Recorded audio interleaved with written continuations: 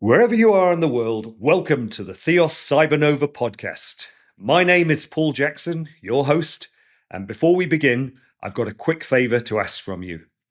There's one simple way that you can support our show, and that's by hitting that follow or subscribe button on the app that you're listening to the show on right now. It makes a huge difference in helping get the show out there to as many people as possible, so please give us a hand and click that button now. Thank you very much.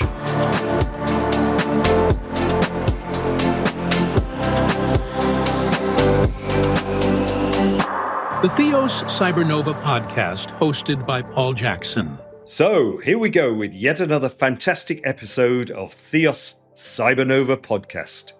I'm Paul Jackson, and each week I'm digging into the latest trends, challenges, and innovations shaping the cybersecurity landscape, as well as talking to a fantastic mix of leading industry experts, thought leaders, legal eagles, and technologists, all with a particular focus on the Asia-Pacific region. So whether you're a professional in the field or simply curious about staying safe in the digital age, we hope THEOS Cybernova will offer up valuable knowledge and actionable insights for everyone. Today, I'm delighted to welcome Rory Young to the show. Rory is based in Hong Kong and is a prominent figure in the cyber insurance ecosystem. Rory, thanks for joining us today. And rather than me reading your bio, why don't you tell us a little bit about yourself, your professional journey, and how you ended up in Hong Kong? Yeah, thanks, Paul. And I just wanted to start by saying I'm very excited to be on the podcast today. It is my first podcast I'm participating in. I'm a long-term listener, as it were, in many different podcasts, namely rugby and sport, etc. But I'm really pleased to be here. So, yeah, look, I'm Rory Young. I head up Marsh's cyber practice in Hong Kong. I started off my career around 10 years ago now. So I graduated from university. I didn't study anything to do with cyber whatsoever. I actually studied politics and international relations. And it's a bit of a weird journey, really. I knew that I wanted to enter into kind of the London chuck a suit on every day in the morning, go into work. I was applying for a number of different jobs, and it just so happened that I basically found an insurance job that I got further down the line with an interview process. I happened to play rugby with an individual that worked, or his brother actually worked at the company, ended up randomly basically joining this cyber team at a company called Lockton. And since then, I haven't really looked back. It's been, 2 weeks it took me to fall in love with the industry. It's very sociable. The actual work itself in respect to the risk management side and the sales side and the client piece, I think it's quite an exciting industry if you're not familiar with it at all. And from a cyber perspective, I found that the cyber insurance market is a lot younger than, say, the marine industry you'll find. So it didn't take long to, when you're in Lloyd's of London and you're sort of walking around from box to box and you're seeing that ecosystem of all the insurances that companies are buying, riveting away. And, all the marine brokers have been doing it for 50 or 60 years potentially. And they're in their sort of twilight of their careers to some extent. And the cyber insurance market was a lot different. I feel like if you were a 20-something-year-old and you had 3 or 4 years of experience under your belt, actually you were becoming a bit more of a senior body in that world. And quite quickly you realized that, or I realized I was quite lucky to accidentally fall into it and really, really enjoy not just the actual solution that I'm involved with being cyber, but actually the insurance industry as well is quite special. And from Lockton, I worked as a Lloyd's of London broker. I was doing mostly US domiciled business. It's a very, very popular kind of product to buy in the US for a number of reasons, and we'll get into that later on. And I put my hand up to do something a bit more retail focused, directly in front of clients. And Lockton basically sort of said, look, go to Hong Kong. We don't really know much about that part of the world. We have all this business coming in from the US, but we don't have anything from Asia. We want to grow Australia as well. And that's really why I came out to Asia in the first place. It was an exploration from Lockton's perspective. The local office didn't necessarily have expertise in this area as well. So I was going in and being that subject matter expert, which was really well received. And since then, I haven't left. A familiar story, right? Yeah, exactly. It is a familiar story. That 1 or 2 years becoming a bit more, and I'm actually getting my PR in Hong Kong in a few months' time, which is Fantastic. exciting. But yeah, I joined Marsh just over 3 years ago, but yeah, very, very similar role. It's leading a team in respect to cyber and technology and multimedia insurance businesses. But that really is kind of the crux of how I started off and why I'm in insurance, why I enjoy it, and why I'm here today, really. Fantastic. And look, I know what you're saying about the insurance, in ecosystem being very social. Whenever I go to insurance-related events, I think net diligence is probably the pinnacle of this. It turns into one very big social event, and there's a great sense of community amongst those who are involved, right? Yeah, yeah, definitely. I think especially in London, if you think that there's only a handful of live trading floors that exist in across any industry, and you have the stock exchange, you have the metal exchange, and then you have Lloyd's of London. And it does captivate a certain individual. It is very sociable. You're expected to be in front of people. It is about relationships, and I don't think many people, or maybe it's changing a little bit, are actively seeking to enter into this industry. I think it is changing a bit, but the characters you get tend to be quite similar. They are very sociable, and yeah, you do tend to find them probably staying a little bit later in the night than other sort of industry professionals you'd expect. Yeah, and it's great to have another rugby player on the show as well. We had Dickie Wong on an earlier show, who's a great rugby player, and yourself, who's obviously given a lot to that rugby community, which is so strong in Hong Kong, and it's great to see. Yeah, yeah. No, I'm still playing. I'm not sure how many years I have left in me, but it's yeah. No, I've played for 25 years consecutively or something like this now. So something that's always going to be part of my life, I I think. played many more years than that, so you got a few more to go yet. All right, so let's go. Let's start at the very beginning. Because the insurance industry is often a little bit misunderstood. So let's start with some of the basics, right? The difference between a broker and a carrier. I mean, it may seem obvious to obviously yourself, but to many, what are the key differences? Yeah, absolutely. I think the best way to look at this is an analogy that maybe people are more familiar with. So I tend to basically relate my role as to a real estate agent as a broker. So if you think that you're a first time buyer of a house or you're looking to move house, you're not going to do that on your own, right? You're going to hire basically a real estate agent. They're acting as the intermediary. They're listening to what you want, where you want to live, what size a house needs to be. And the house you can probably look at as the policy, the coverage that you're looking to get access to. You're giving a very broad understanding as to what specifications you want, what risks that you have, exposures you may be concerned with. And basically, my role as that real estate agent, that real estate broker, is to give you advice as to which builder and what house that actually suits your organization. What's the best price? What are you looking for? What are the specifications? And that's really kind of the key roles in the insurance industry. That house and that builder, they're the insurer, they're the product, they're the ones that actually materially the thing that you're buying. And me, as the role of the broker, we're here to give you that expert advice to tell you what makes sense, what's right for you. Is there a better deal on the table? Can I move next year? All these types of questions. And so that's probably the best way to understand it, I would say. That's a great analogy. Thank you. But obviously, the market has evolved. There's a lot of competition out there. So, Marsh, as a company, you offer value adds, don't you? Really, to your clients that goes above and beyond finding the right insurance product or solution for them. I think it's difficult as a broker now to operate in a way in which you're just solely relying on price and a product and seeking out a solution from insurers. I think the insurers pride themselves on basically giving the same quotations and pricings to any broker. So Marsh, yeah, we are the largest insurance broker in the world. But if you had a local broker or a smaller broker that you dealt with, actually you get the same quotes from the big insurers that you would get the same from us. And so yeah, how we differentiate ourselves is very much, I would say, the process in how you go about buying cyber insurance. We have a number of tools that help you actually understand how good you are at cyber risk. It starts with a self-assessment tool that we have. We put a lot of work and effort in understanding basically what the insurers focus on for their underwriting and giving you an insight as to what the outcome will be before you even go to the market. And this is a tool that over a number of years is been developed, and tens of thousands of clients at Marsh use this, and that's really gives us a head start and a bit of a differentiator amongst our competitors by giving clients that kind of insight. And we couple that self-assessment with some of the analytics surrounding loss quantification as well. So if you think most clients that we deal with, especially in Asia, where cyber insurance, although it's a growing solution, is still purchased by not that many organizations or businesses compared to other lines of insurance.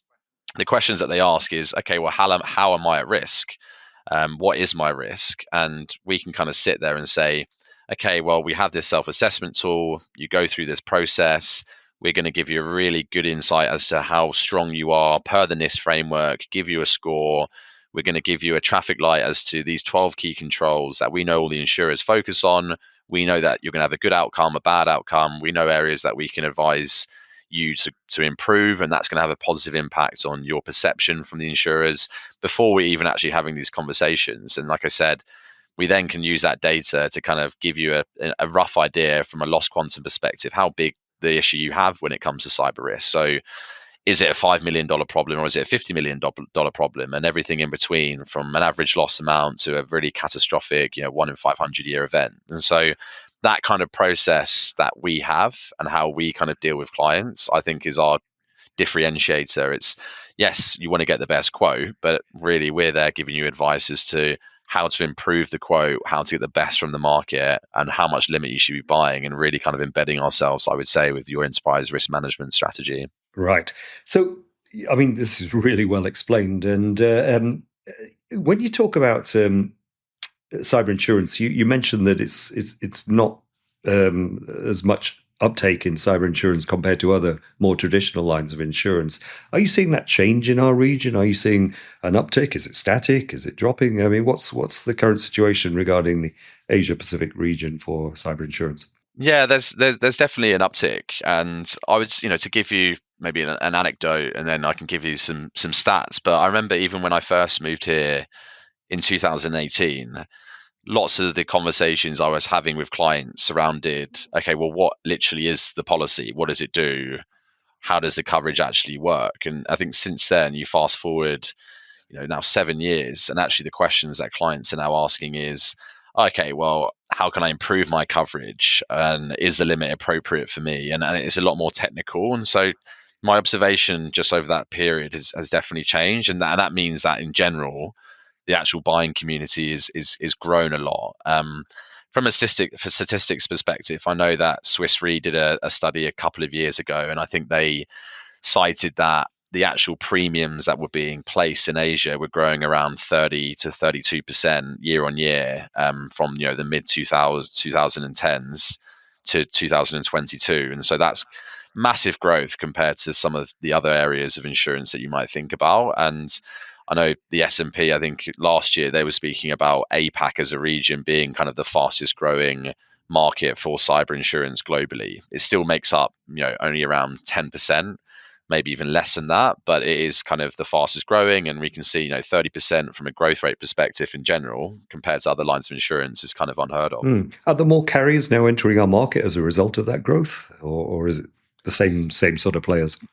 Yeah, there is. I think there's twofold explanation as to an increase in the insurer interest, I think, in this part of the world. I think it's carriers that have been present here, or certainly have been operating in Asia. They're certainly looking to enter into the market a bit more seriously. So they're the ones upgrading their policy wordings and investing in the underwriters. They're investing in the claims handlers, and they're actually looking to make a bit more of a serious play for market share. And then you are getting brand new insurers, MGAs, smaller insurers that are kind of entering in as well. And so that definitely has led to a position where if you're an insurance buyer today, you've got a pretty good situation where the competition between all these insurers is quite rife. And as we know, when the capacity and the supply is there, you're going to get a pretty good deal. And that's what's happening with most of our clients today. Interesting. So let's talk a few specifics around cyber insurance and how it works in terms of, say, they have an incident, right? So firstly, let's talk about the whole process of what happens, right? Suddenly they've got a data breach. They're an insured company.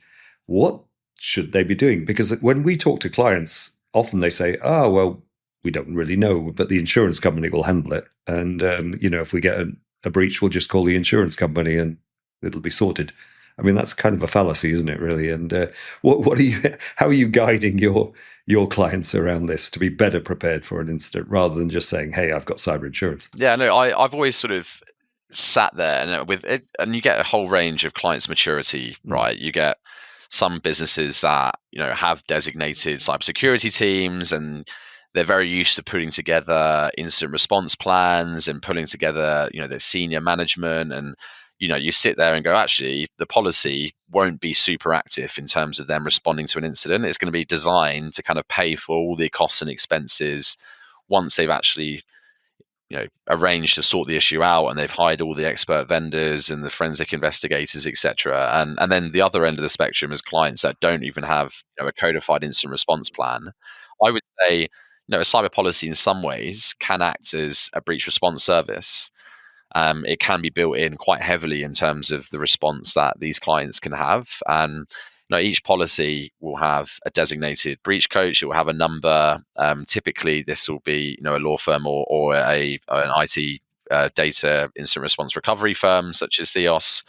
And once there's an incident, we really encourage the clients or businesses to get in contact with that individual, and that breach coach will then coordinate, depending on what experience that client is having from an incident perspective, what vendors need to be engaged. So if you're experiencing a ransomware attack, you're going to want to understand how that incident occurred. You're going to want to, introduce an IT forensic investigation. That's really important. If you were to use the analogy of your house being broken into, the first thing you do is checking if that person's still there and how they're operating and what they're stealing, etc. And you're going to want to understand whether or not you need to engage a law firm if data's been stolen, or do you have notification requirements? Do you need to engage a specialist ransomware negotiator, even if it's a delay tactic? Are you thinking about paying a ransom?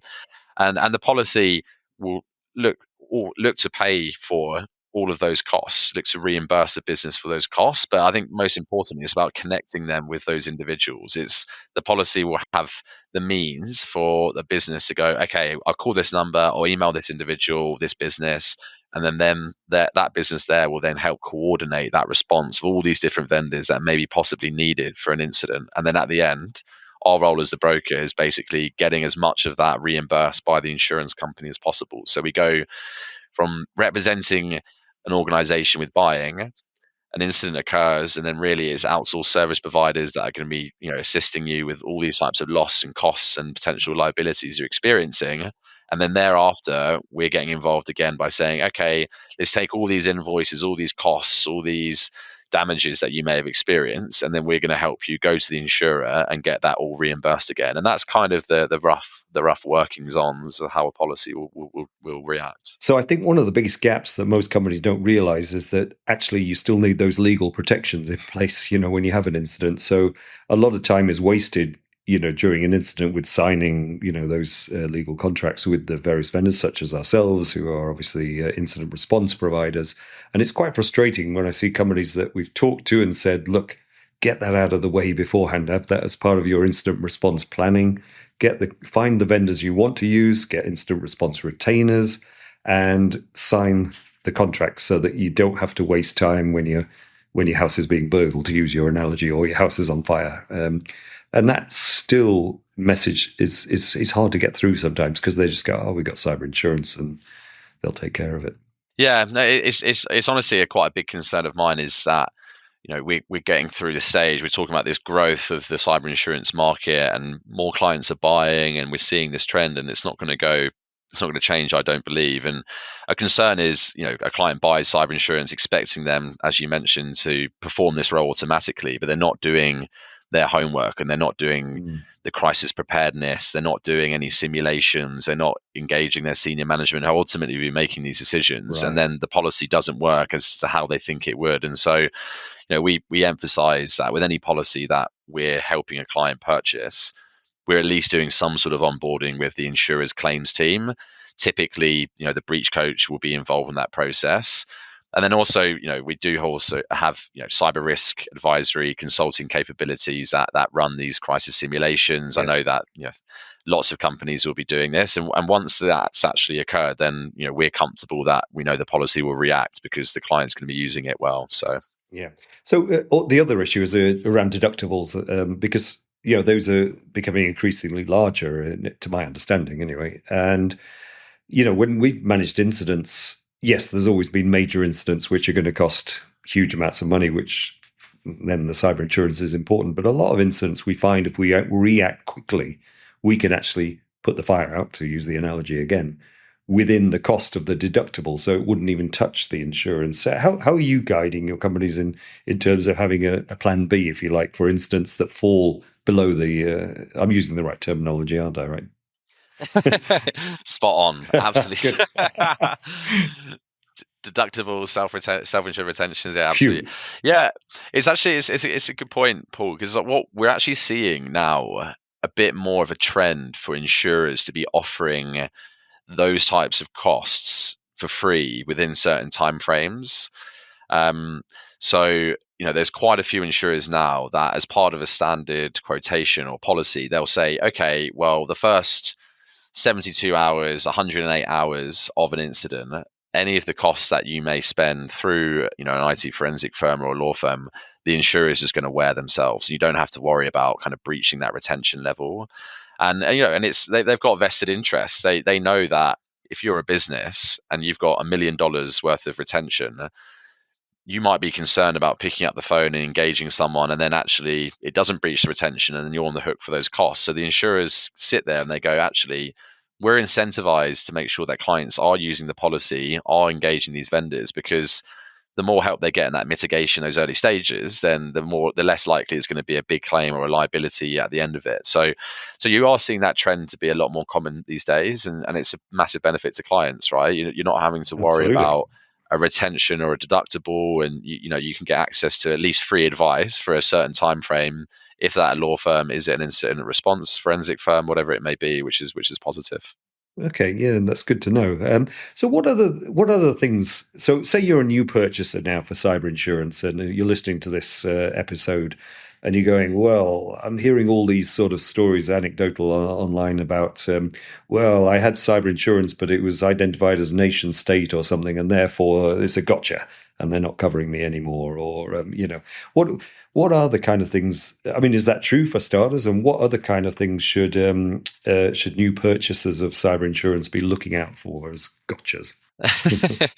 Of course, I'd love to sit here and say that there's no gotchas, and but a good broker always helps, Paul, in this There you kind go. of situation, right? But yeah, it's an interesting one. Like the state-backed war type exclusion, that was an interesting one when it sort of first came out, because there's a lot of attention, a lot of press that was sort of saying, oh, well, if it relates to a nation state causing a cyber incident, then cyber policies won't react. And it's not true to begin with. And I think a lot of that related to the market was trying to find its feet to define what actually a warlike act under a policy could be like. So, this is off the back of the war in Ukraine and That's right. Russia, and all the insurers were concerned that in that situation, commercial businesses in Ukraine were going to get caught up in the crossfire of a military action, and so it was quickly determined that that type of loss just simply was not sustainable to be insured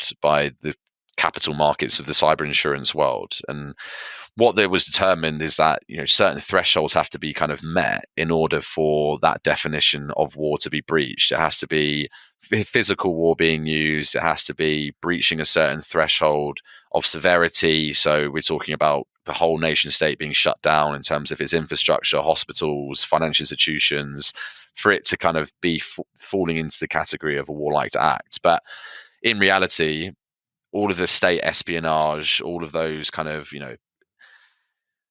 state-backed attacks that we are seeing clients face from a commercial perspective, they've always been covered, and I've never seen any issue from an insurance point of view or from a claim point of view of those suspicious links to a certain country having an issue being claimed, as long as it doesn't basically relate to a genuine tanks rolling across the ground or infantry fighting a military battle.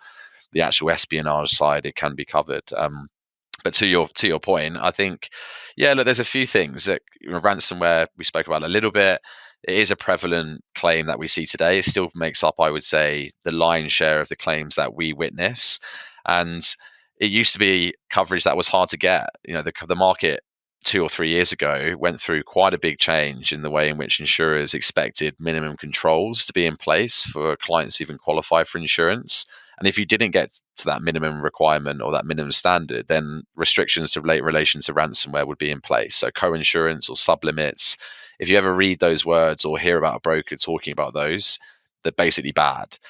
It's limiting you getting access to what could be full policy limit or you getting full access to your coverage. And that may still exist in some policies if insurers are looking to get away with keeping their kind of exposure in relation to that loss managed from a global perspective. And actually, in reality today, it should be pretty standard coverage.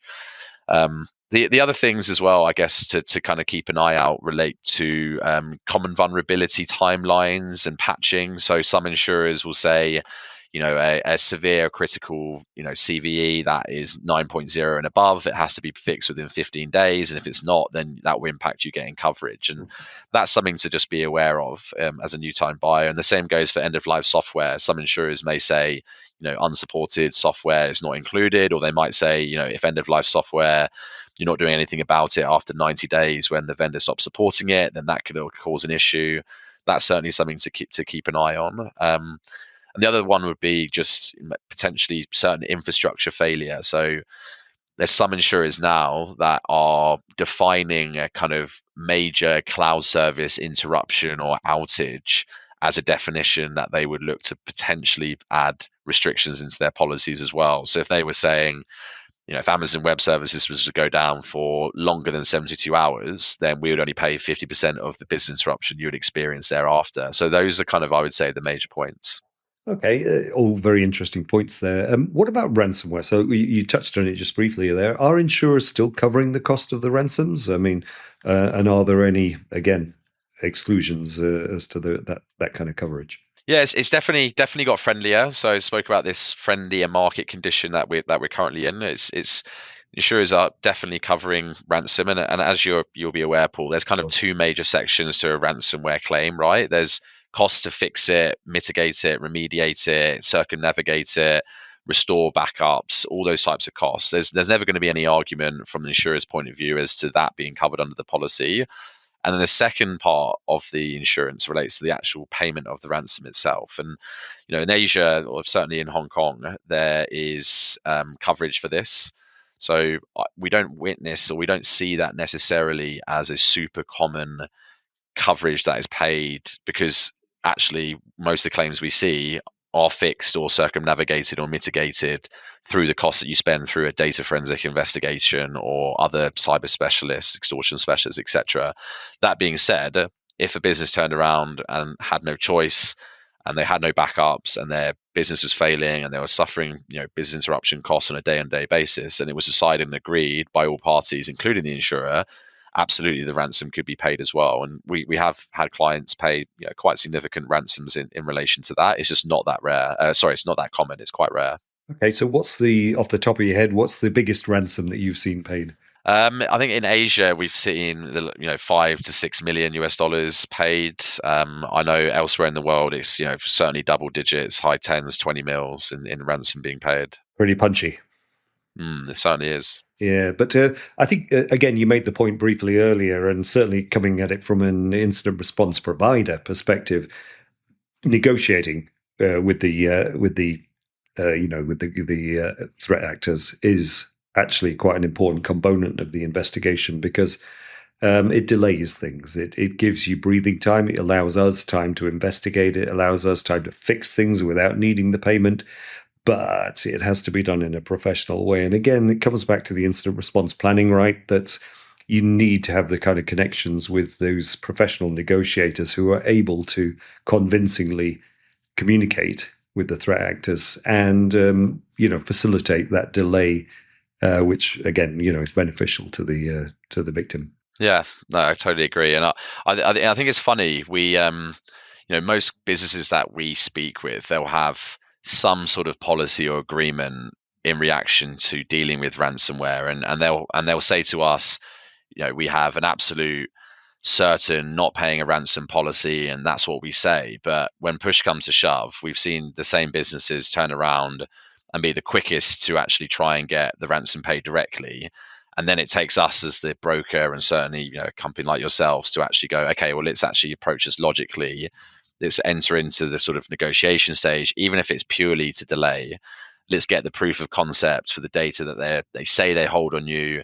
Let's see actually if they are a legitimate company, is in an accident, and go through that process. So I don't think many organizations, you might think something, and you might have a certain policy in place, but really until you are faced with it and your business is being interrupted and your back's against the wall, do you really kind of understand how much help do you need, and you are going to need that help, really. Definitely. So one last question for you around the insurance side of things, and switching things around, really, because obviously as a buyer of insurance, you want to make sure that you trust your carrier and that they are properly walking the walk, so to speak. And I know the insurance authority in Hong Kong, which is obviously where we're both based, has brought out another update to their GL20 recently, which applies to the insurance industry and their cybersecurity standards. Do you want to just briefly elaborate on what that means for the insurance carriers?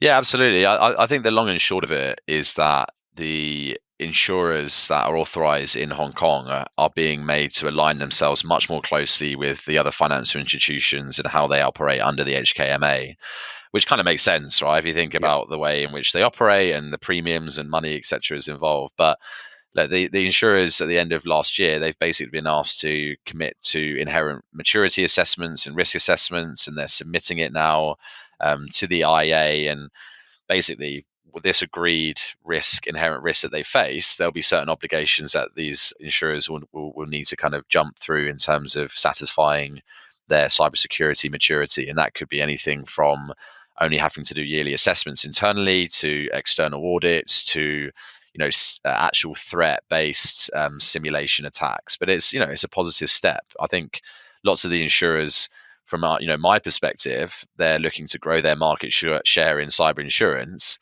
yet they haven't necessarily had to abide by, like you said, any of the regulations or abide by these standards, as it were, themselves. And so it's always a positive step that the insurance industry, the insurance authority, has taken. And it's funny, we're now getting quite a few inquiries from local insurers and reinsurers in Hong Kong to talk about cyber insurance for the first time. So I think the biggest shift has been, these insurers are now having to put their own frameworks together and their own governance. They're concerned about the incident response and recovery. They know that cyber insurance can help with those costs. All the compliance and reporting that didn't exist before, they're now facing that type of risk. And so they're coming to us, and we're kind of helping them actually buy a product potentially for the first time. Well, I think that's probably going to give a lot of comfort to the chief information security officers who have to go through all the pain of providing all the information to get cyber insurance, to now know that they are feeling the same sort of pain at the other side of the table. So that's all all good, right? All good. All right. So look, if anyone listening wants to know more about cyber insurance market, there's no better person to talk to than Rory, and I'm sure you'd be very open to having chats with anybody who's listening, and you'd welcome any outreach to explain more or in more depth about any concerns that anybody may have about obtaining or getting better deals on cyber insurance. Absolutely. I always close these podcasts with a question, and it's around music, because I always love to know what the experts I get on this show are actually listening to, because it's my way of unwinding. I'm a big I'm an old guy, right? So I love vinyl records, and it's my way of sort of relaxing from what is a very stressful sort of job that we have. And I always like to know what my guests are listening to currently. What are you listening to, Rory? I'm listening to a lot of London Grammar at the moment. So I don't know, they're really ticking the box in terms of, certainly on the commute, on the way to work, is a bit deeper, a bit more soul. They've got a few songs that are, punchier, but certainly I love that kind of female vocal over a bit of chord, and that's really kind of satisfying my music needs at the moment. Brilliant. I've been listening to London Grammar as well, so that took me by surprise. I was expecting you to be a kind of Jay-Z man or something like that, but Dizzy Rascal. There you go. Look, Rory, it's been a real pleasure having you on the show, and thank you so much for taking the time to explain about the insurance ecosystem, which I know is a huge challenge for many of our listeners out there. Thank you very much. Thank you, Paul. Thank you. So, THEOS Cybernova was presented by myself, Paul Jackson. The studio engineer and editor was Roy DeMonte. The executive producer was myself and Ian Carlos.